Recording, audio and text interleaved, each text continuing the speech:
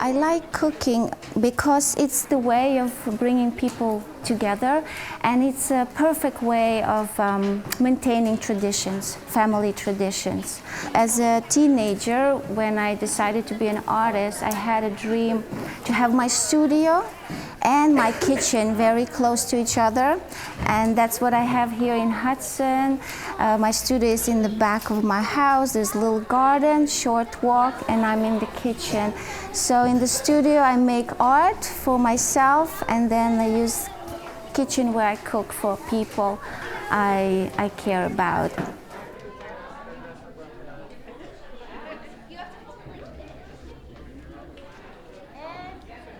My name is Edgar Bedelu. I work for New York Folklore.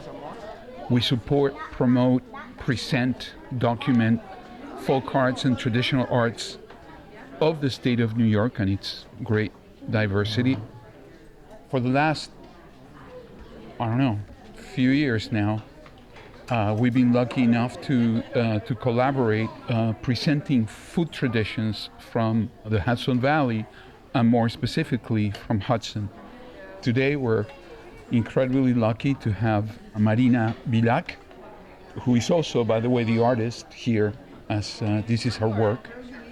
And we have Irina, who's right there, who's probably learning to cook all this too. And her husband, Maurice. Maryna is going to be showing us how to make Varenyky, which are pierogi, and also a beet salad, a vinaigrette winter beet salad. So I'm getting so hungry. So with that, thank you very much, Maryna. Welcome, Maurice. Welcome, Irina. I want to thank Hudson Area Library for this invitation. Making art and cooking are similar. To me, they are indeed very similar, and it's my lifestyle. That's what I wanted as a little girl, and that's what I have now with the family.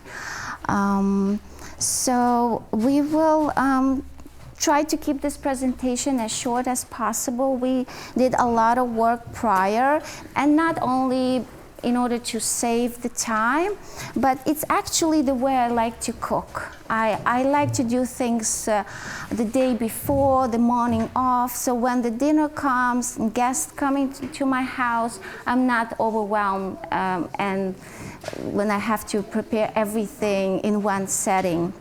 My sous chef, Maurice, he hardly spends time in the kitchen. His childhood was very different from mine. Growing up in Jamaica, he told me he was not allowed in the kitchen. He had other things to do, but he was not where the action was happening. So Irina and I still working on it. I talked him into this endeavor, and he agreed. And then this is the sous chef of the sous chef, Irina. She changed her title today. She said, the main helper of the chef. That's right. Okay, so we will start with vinaigrette salad. I call it winter salad. It's based on root vegetables. It's such a staple in Slavic cuisine. So the ingredients, the very basic, we have beets, carrots, beans. I brought butter beans. I wanted to be different from beets because eventually everything will become magenta color because beets has such a strong dye to it. We have this beets. I brought some green peas, and again for the color. Again, I don't know if it's because I'm an artist or palette of the ingredients means so much to me, and I don't like to follow the recipes. I like to evaluate everything with my eye, so it comes together. Then here's the carrots. Irina will be working on carrots and chop some of them, and Maurice will be working on potato. So all these root vegetables I mentioned, they are boiled before we chop them for the salad. But you can also bake them. But when it comes to boiling, carrots takes about 15 minutes, potato 30 minutes, beets solid hour, and then if you work with beans, dry beans, that's the longest time, between 1 up to 3 hours of boiling. But I like to steam it. I don't like to boil it too far. And then the main ingredient for this salad is the sauerkraut. We're gonna dress our salad with sauerkraut and some oil. Any oil will do. Today we have avocado oil. But the sauerkraut is that ingredient that gives that specific taste to this salad. And I love sauerkraut. There's so many dishes that I use sauerkraut in. As you may know, it's packed with probiotics. It's full with fiber, and it's very high on vitamins. Surprisingly, the vitamin C is so much higher in sauerkraut than most citric fruits. Especially in this weather, you know, when you want to take care of your immune system, it's the perfect ingredient. It also helps with your heart, with your bones. If you have any inflammation, this is just such a perfect ingredient that you could add to any salad pretty much. So that's gonna be our dressing, as I mentioned. So Irina and Maurice are working on the salad. When they will be done, we will just put all the ingredients together. I already start boiling some of the dumplings. So even though I will talk about the making of varenyky just in a few minutes, but as you see, I already cooked some of it, and it's almost ready, the first portion. Okay, so varenyky. Varenyky, it's Ukrainian traditional meal, and it's a dumpling. And you can speculate how unique it is, but honestly, every nation on this planet has some type of dumpling. You start from Japan, going all the way to Peru. It's just so natural to have basic dough, use some kind of filling, put inside of the dough, and you seal it with your creativity, right? When it comes to shape, it varies, right? What you put inside, again, it varies. Today we will be making varenyky with potato fillings, but really, again, you can be creative what you can put inside. I grew up with potato, mashed potato, sauteed with onion. I also like to use cheese. My mom's favorite is sauteed fresh cabbage. My daughter loves beef with vegetables, and that's pretty much the only way she gets vegetables in her system. I have to hide it in the dumpling. You can also have it with cherries, strawberries, homemade jam, whatever, pretty much. So the dough, very basic. I made it vegan, no eggs, no milk. It's just flour, water, salt, nothing else. And I will start rolling it.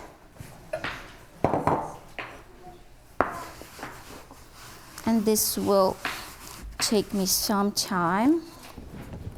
I have to concentrate and get this dough as even as possible when it comes to thickness.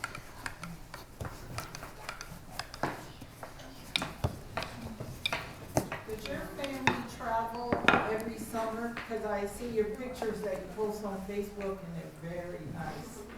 So Yeah. you guys do that every summer? We try to to travel every summer when Irina is out of school. Traveling, I feel it's such a great way to bring some culture and expose, especially a young child, to all the differences in the world. And then I feel like then people are less scared of something new when you travel and you see all the other cultures, and at the same time you see how people similar as well. So it's like a good balance to learn something new and yet see that we are all same in a way when it comes to basic values. Maryna, how did you learn how to cook? How did you start cooking? Were you cooking at home with mom?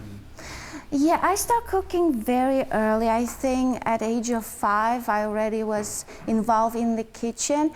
And now when I look back and think about why it happened, I think it's very connected to the history, to the collapse of Soviet Union.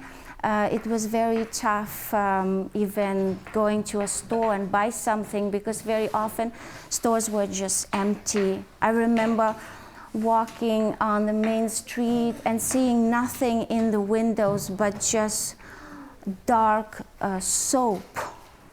And it was put in the shape of pyramids. And as a child, I thought, that's so cool to have that shape of soap.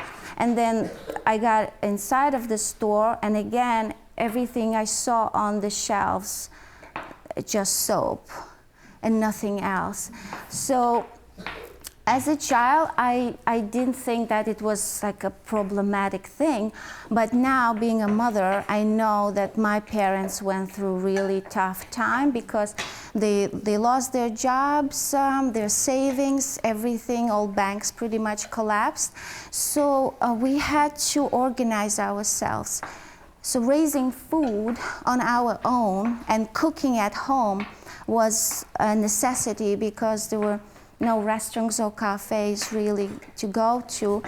And again, it was wonderful. I now raising Irina, learning about different schools, and I learned there is a Waldorf school and what it is about when a child is really involved about where the food is coming from.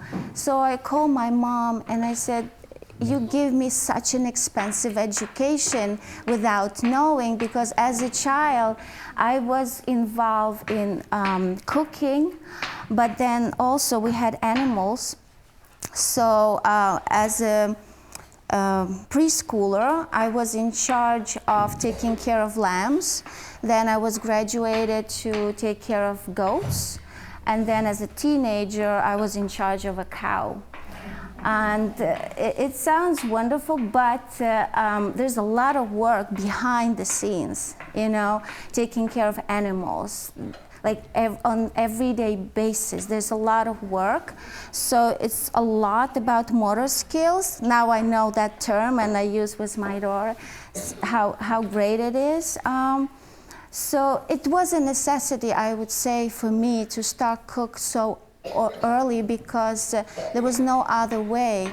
If we wanted to have something, we had to go to the fields and collect whatever ingredients we wanted. And then we also had to learn how to preserve the food. So sauerkraut is an example how to preserve the food, because in Carpathian Mountains where I grew up, we had solid 3 months of winter.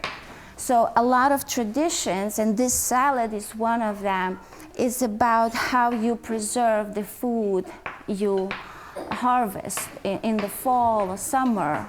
And it comes when picking berries. You know, that's why we have such a tradition making jam. It's cultural reasons, there's economical reasons, but overall now, having a child, I think it was wonderful for me, even though my parents went through hell for the economical reasons. Now you say in your dough you just use flour, water, and salt. Yeah. How is it so soft? I like it to make the dough ahead of time. So this dough was made about 3 hours ago. So it just was sitting in this ceramic bowl, even though it does not have yeast, but it's just there's activation, you know, with that water and flour, and it's just getting softer with time.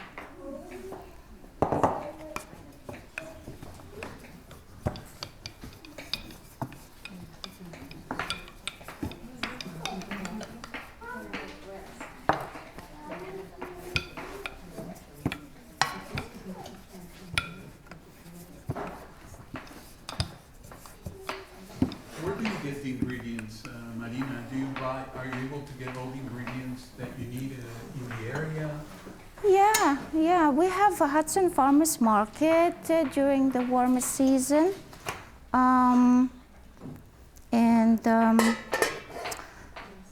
You know, our supermarket. Then we have Rolling Grocer Market close to our house. So, yeah, we have no problems getting food. There is nothing really that is hard to get, that you're able to get everything you need. Yeah.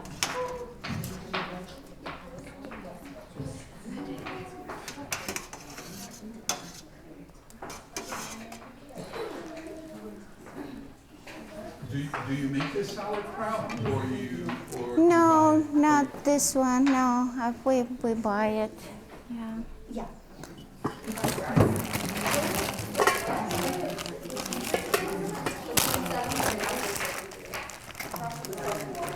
They said flowers and sauerkraut.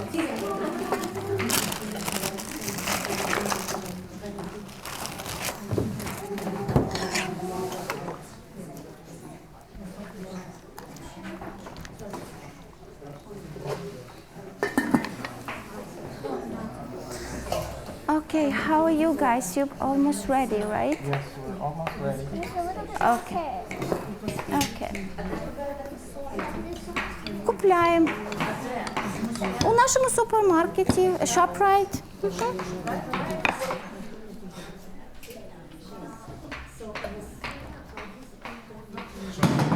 I guess anything round will do.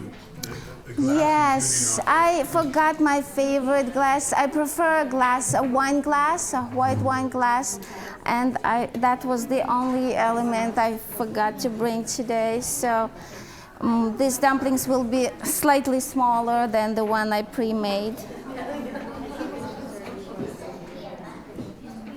And for this process, when we're gonna seal the dumplings, I would like to invite anybody who wants to just participate and see how it's done, because sealing the dumpling, that's like the most important part of this process.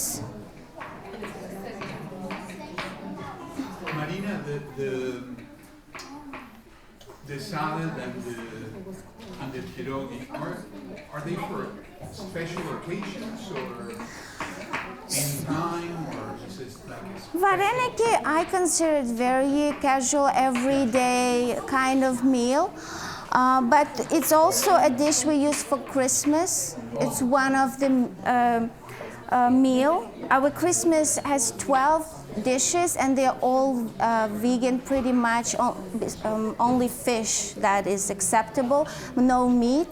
So Varenyky with potato is one of them, and the vinaigrette salad as well. So it is a salad that we use for special occasions, for holidays, especially in winter time. Yeah.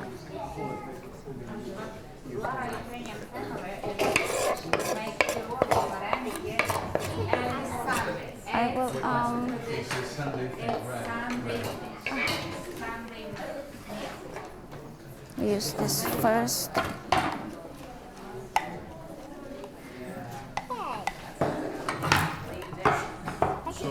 You can do just a little bit, not all of it, maybe. Yeah, that's would be. Everything gets mixed all together there, or? Yeah, it's all together. I just try to add beets as the last ingredient because of the dye, but pretty much.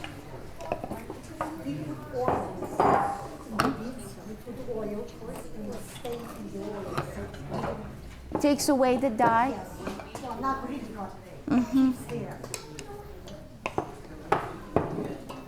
maybe. Yeah, I think that would be enough. Potatoes, carrots, and sauerkraut.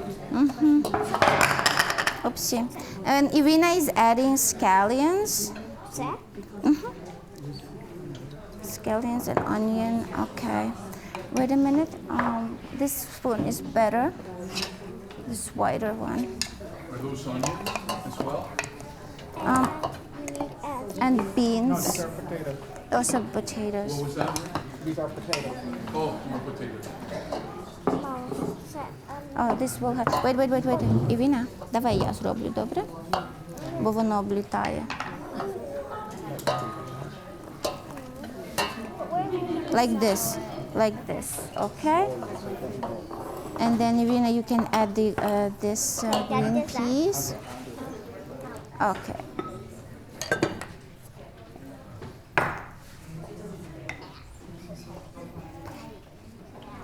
So I'm serious with the invitation, whoever wants to come forward to seal the dumplings, because that's the most important job really for this meal. We have to make sure that it's sealed.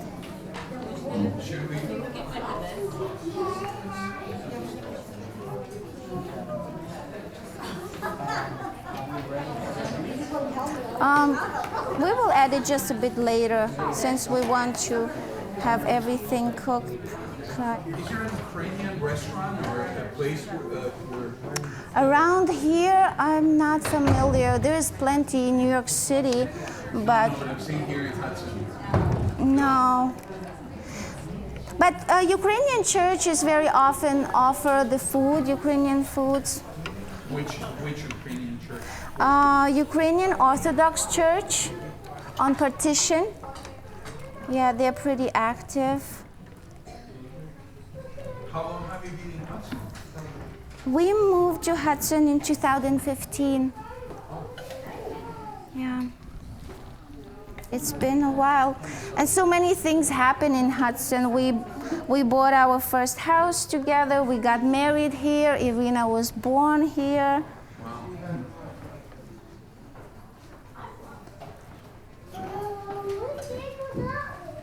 So is that like a mashed potato?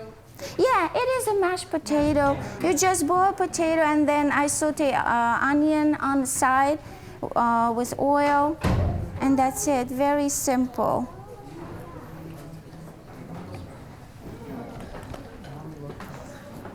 Maryna, pomogte vam? Yeah, come here on the side.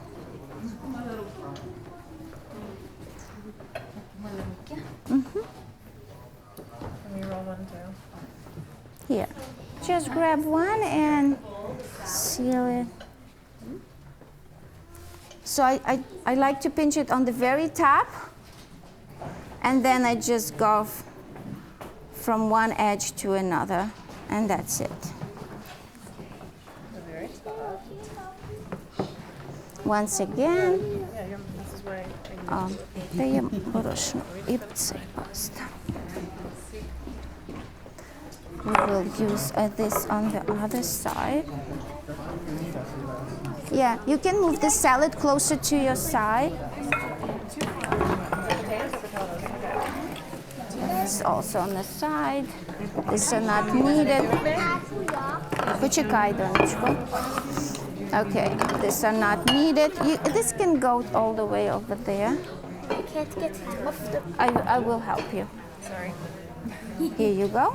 Perfect. Make sure it all stays in there. And then Yeah, you just want to make sure that there's no edge like this, the other way. like you see, on the middle.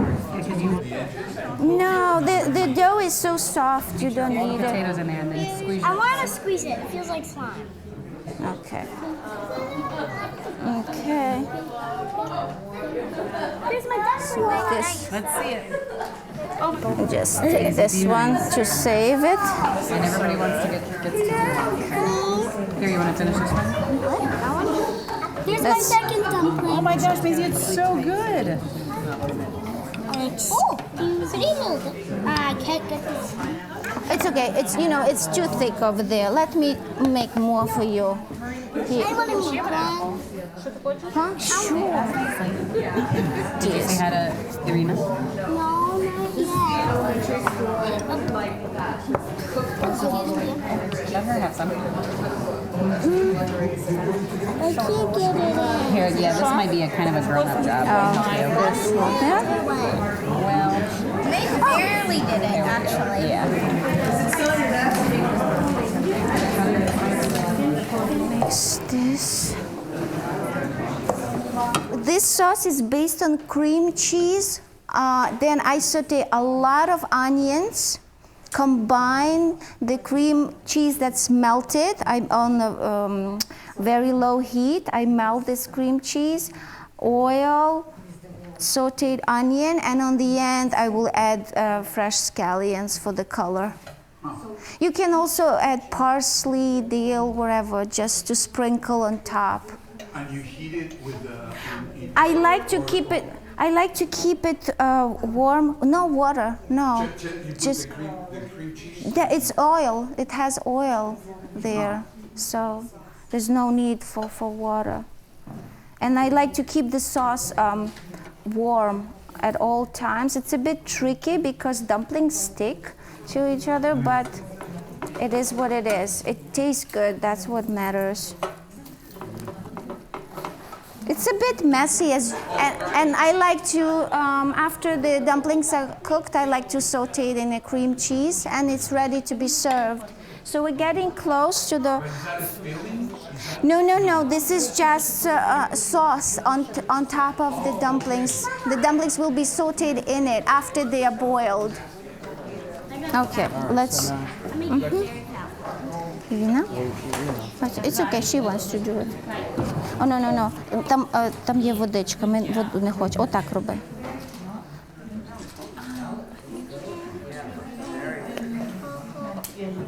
Там, де водичка, не треба. The size of the beets to any size you want, or Yeah. kind of, Yeah, it's just pretty much chopping, dicing, wherever works for you. This one is pretty tiny. Wow, that looks. Mama, I made a very fat one. Okay, we just move this on the side, the ones that I made. Mama, Make sure you I pinched made it that good. one. Yeah. Можете перевірити, що вони всі закриті. То не біда, хай, то не біда. То хай збоку собі, хай вже собі збоку буде. Вони тішуться. Yeah, when you touch those beets, your hands get red. I don't want to. It's really good for you. Salad.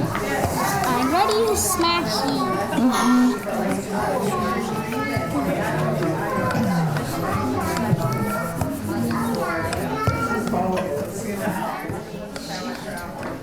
So we want the more dusty on the bottom and less dusty on top, so then it's easier to seal them, because if they are too dusty, then they don't want to close. Okay, so Make little stuff here, you go ahead. Just to taste if it's. Don't use that spoon. That It is what it is. I have plenty. just put it over there so that I think we're gonna add some. It's avocado. it's avocado. Avocado, but you can use olive, you can vegetable, canola, whatever. It's really no big deal. Yes, ingredients: beets, beans, carrots. Then we had green peas, sauerkraut, and oil as dressing, and a little bit of onions. What kind of what? Beans, butter beans. Yeah. And potatoes, yeah. But very often I don't add potato. For today we added. It's really whatever root vegetables you have in the house. Staples are beets, carrots, beans, and then sauerkraut for the flavor. Okay, so I think we can use this corner. Or can they be fried? Well, that's why we call it varenyky, and varenyky means boiling. Varete, boiling, yes. Piroги, I heard very often they do fry them, but varenyky are boiled.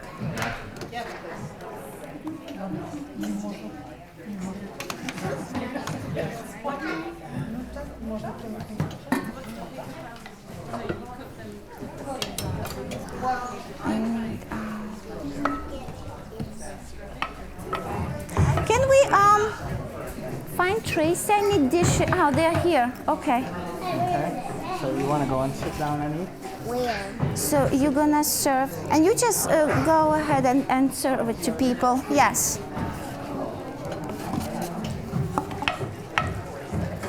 Okay, we can add more. Yeah. Yes, and I chose cheese sauce for today. Yeah, yeah. You can saute. You can keep it vegan, and you can saute it just in oil.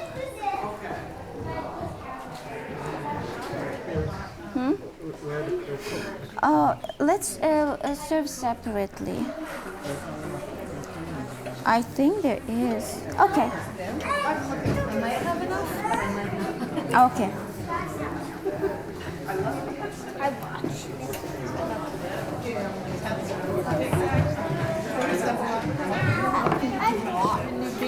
Yeah, any beans, really, any beans. I like to use white beans because I want variety of the color. Yeah. When you put kidney beans, it's already red. Okay. And then dye from beans just makes it even darker. Yeah.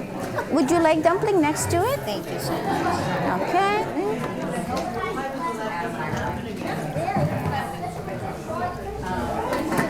Ready? Is Maryna trying to eat all the salad? Would you like to try to eat the salad now? Maryna trying to eat. Yeah, that's the only salad Irina likes. Ще ні. Here you go. This actually. Here you go. Yes. What would you like? Would you like just dumpling without salad? Sure. It feels like you're making a pizza. Okay, for you. That was my best one yet. The bread is pretty good. Here you go. Here you are. So much fun. Thank you so much. Oh, here, would you like another? You're fine? Are you ready for dumpling? Yes. Let me just, I love the sauce. That's what I love about dumpling the most. Like, very generous cheese with a lot of scallions and onion.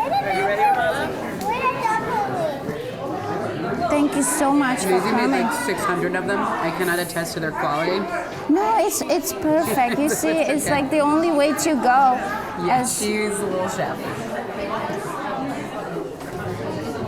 Yeah. It's really good. Thank you.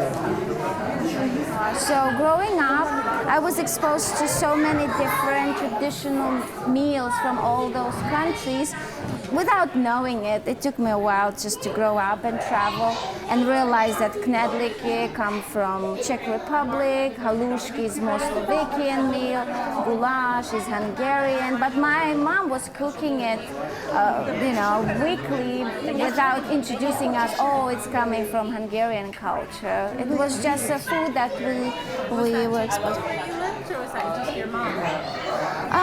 It was our neighborhood. All people were the same. Yeah, we all were the same. So even the struggle, the poverty that we went through because of Soviet Union collapse, we did not feel it because everyone was the same. You know, no one was better than us. So as kids, we didn't have any hard feelings. You know, we had so much freedom. Я підогріваю. Я трошки підогріваю, а зараз тут уже має бути. О. Вона повільна. Yeah, pretty much. Everyone had a portion. Okay, good. It's hard to cook and talk. Usually when I'm at home, I like to make dumplings when my favorite people go to bed.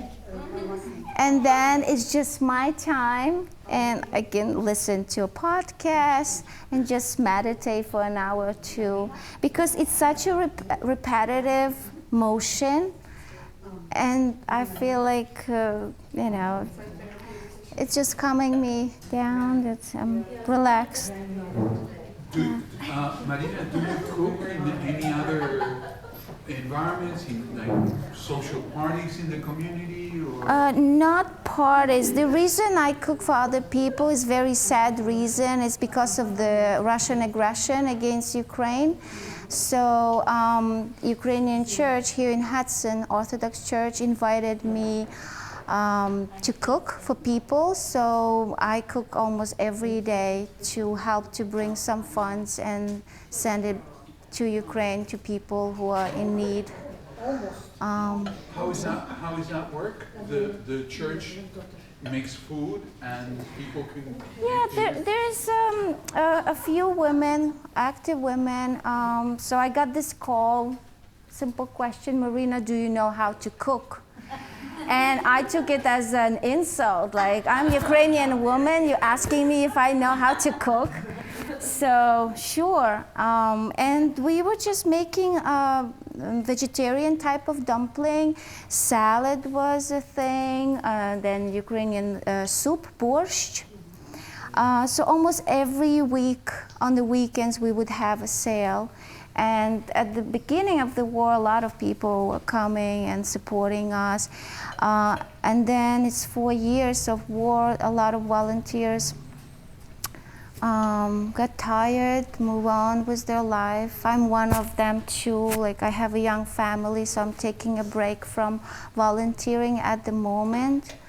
But I was very active. We were selling food at the church, organized a few lunches in local restaurants. My friend has a restaurant in Chatham, so I cooked there. And there's another community in Copake, quite a few lunches I prepare over there. But again, the reason why I cook for other people is very sad reason. You know, I like to cook for my family. I like to have friends over. I really love people in my house. But when it's intimate, it's wonderful. Yeah, the other reason is not that happy. Is the church still doing food on weekends? Not as intense. Now it's about special occasion. For example, Hudson has this Winter Walk Festival. So there was a sale for that event. I think that was like the last sale in Hudson. Yeah, there's this organization, Ukrainian organization, very local. It was established in Hudson. I was part of that organization. Yeah, just women coming together and cooking. That's all what we did. There's no big action behind the scene. It's just making dough and boiling potatoes. Very simple, but very filling. And as I said, people were very supportive at the beginning. Now it looks like everyone moved on. Yeah. I had some at Winter Walk, but they didn't serve it like this. It's good. You see, this is the thing, this sauce, this cheese sauce, it was a thing I had with other Ukrainian lady. She was just saying, well, this is not how I know Varenyky, this is not how I grew up with Varenyky. And I'm from Carpathian Mountains. We have cheese there because of the sheep. So that was the only way to serve Varenyky in my family, that this sauce is just crucial. The flavor of it, it enhanced the dough and everything that's inside of the dough. So I was pushing my idea. So the last sale, I was not part of it, so that's why you didn't get the sauce, the cheese. Yeah. Because I would cook this sauce like in big pot, and I would be very generous with serving. So it's like 1-2 dumplings and a bunch of sauce, and it just feels enough. Because if you serve it without just a little bit of oil or scallions, I mean, it's great too, especially for people who are vegan, you know. But this is how I like it. I really like it this way. And it's a bit messy, as you notice. I mean, cooking is messy. It's part of the process, but in the end is the flavor that people can appreciate. Somebody mentioned that you have social media and that,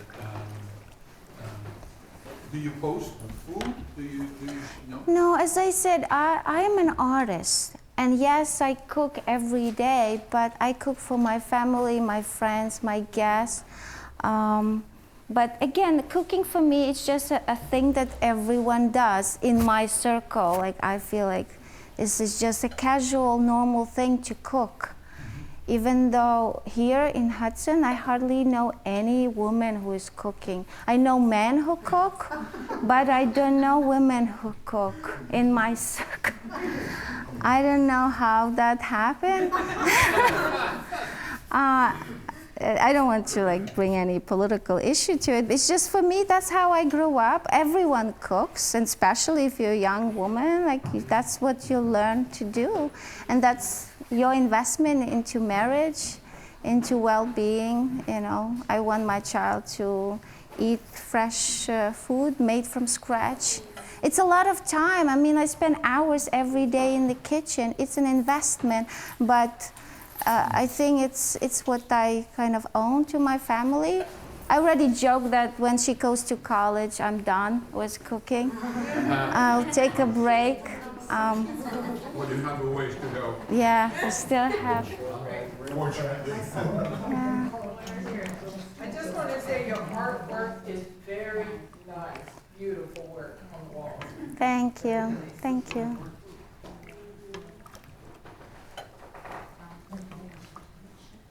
Can I ask a couple of questions about your artwork? Do you mind? Sure. I see that you work in frescoes. Yeah.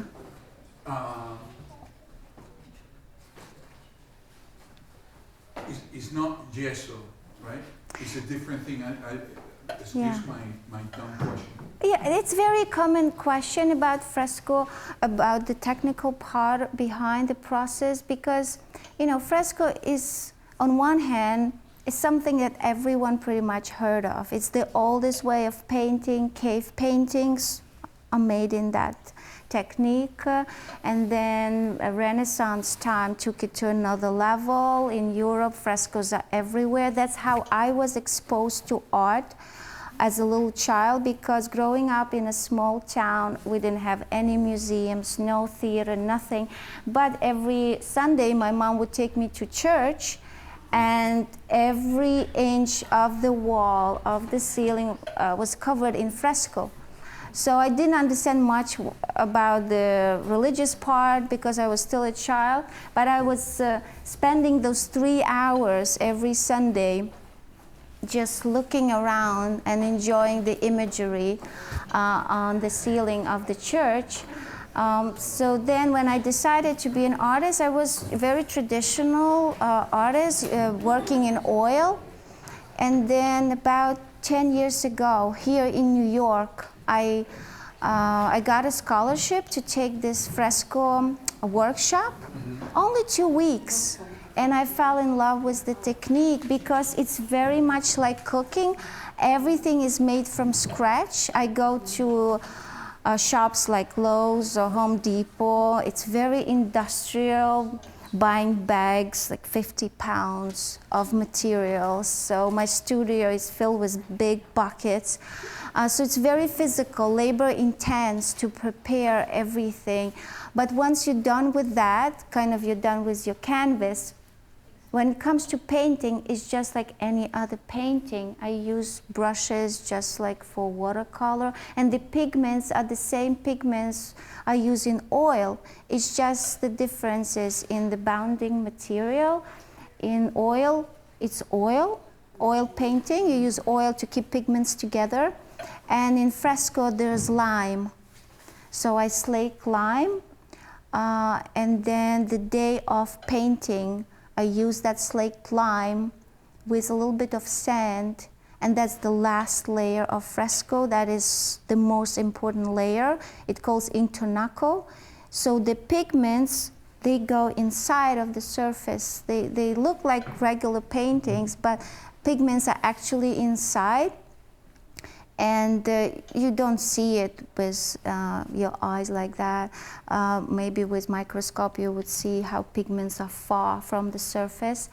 And then This particular fresco is bueno fresco, which means fresh on fresh, and it's 1 day work. Because there's chemistry involved with this technique, I have a window of about 5 hours to work on the surface, and then chemical reaction appears when lime, fresh lime, activated lime with water hits the oxygen. Then a special protective layer appears on the surface of the fresco, and the pigments are embedded inside for centuries. Some artists say it's forever. It's the most lasting technique there is. That's why there are frescoes that are outside, they're exposed to the elements, and they're just fine. The saturation of the colors are preserved so well. With oil painting, you have to maintain it somehow, but with fresco, I can spray it with water to dust away whatever is ending up on the surface of the fresco. But the surface that it's because I see it's what is the mix that makes it the slate, the stone? Okay, so I can go with details. So the shape you see is insulation material. It's super light, foam-like. I need something to build fresco on, and I can control the shape of it. I can do whatever I want with it, just cutting it with a knife. Then there's a structure-light layer, which is cement-like material, but much lighter.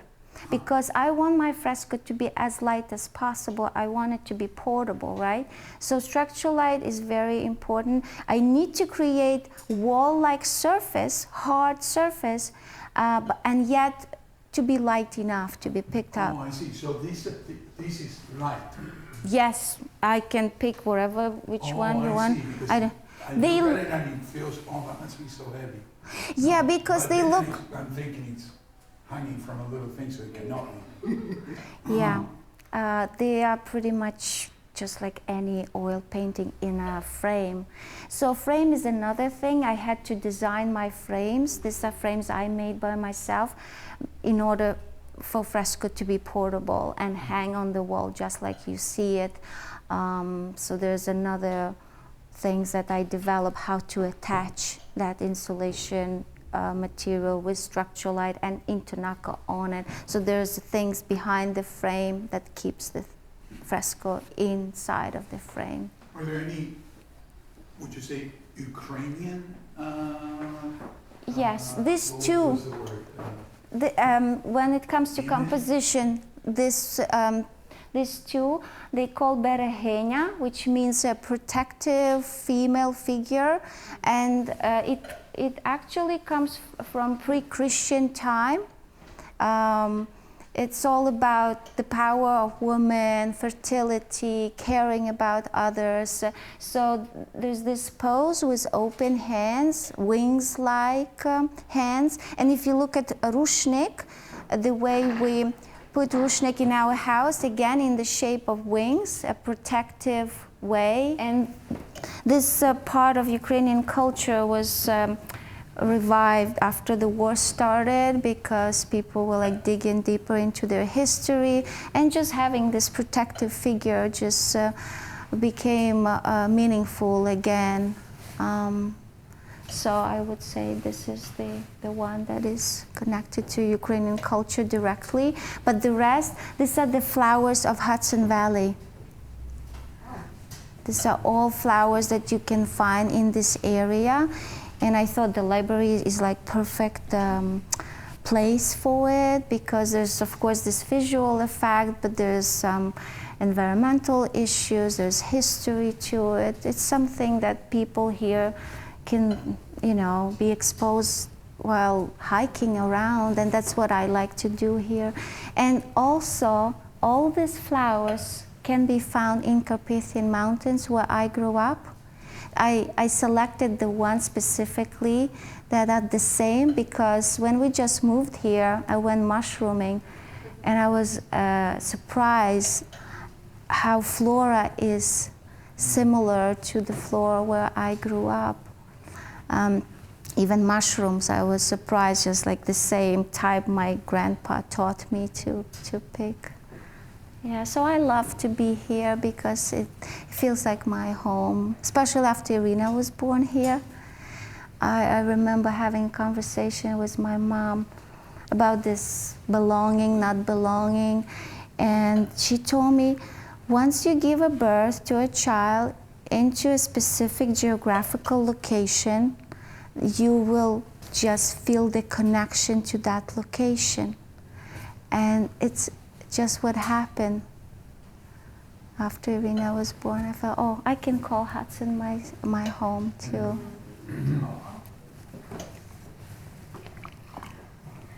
Now, you're from Ukraine, right? Yeah. Did you have 4 seasons like we have here in upstate New York? Very much so. Climate is same, even though a lot of people asking me, is it cooler in Ukraine where you are? Actually, Hudson is cooler.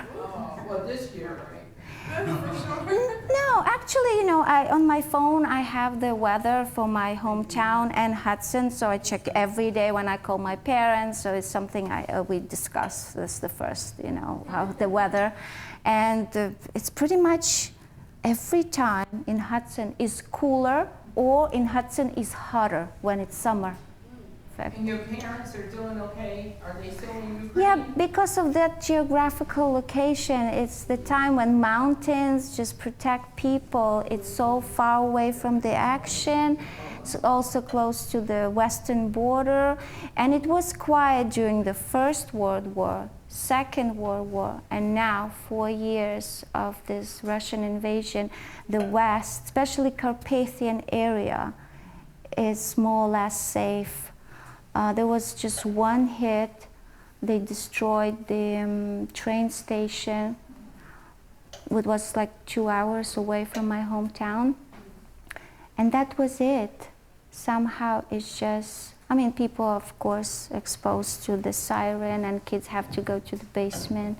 Like my sister's kids, very often from school, they're taken to the basement of the school because when they hear the siren, they have to go to the basement because of the law.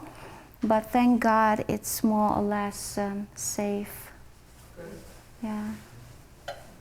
Thank you for asking because, as I mentioned, the war is just so far for most people. Yeah, okay, so we're gonna go. Yeah, Irina, tomorrow is school. We should let Maryna, Yeah. so she has tomorrow. It's school night. So again, thank you so much, everybody.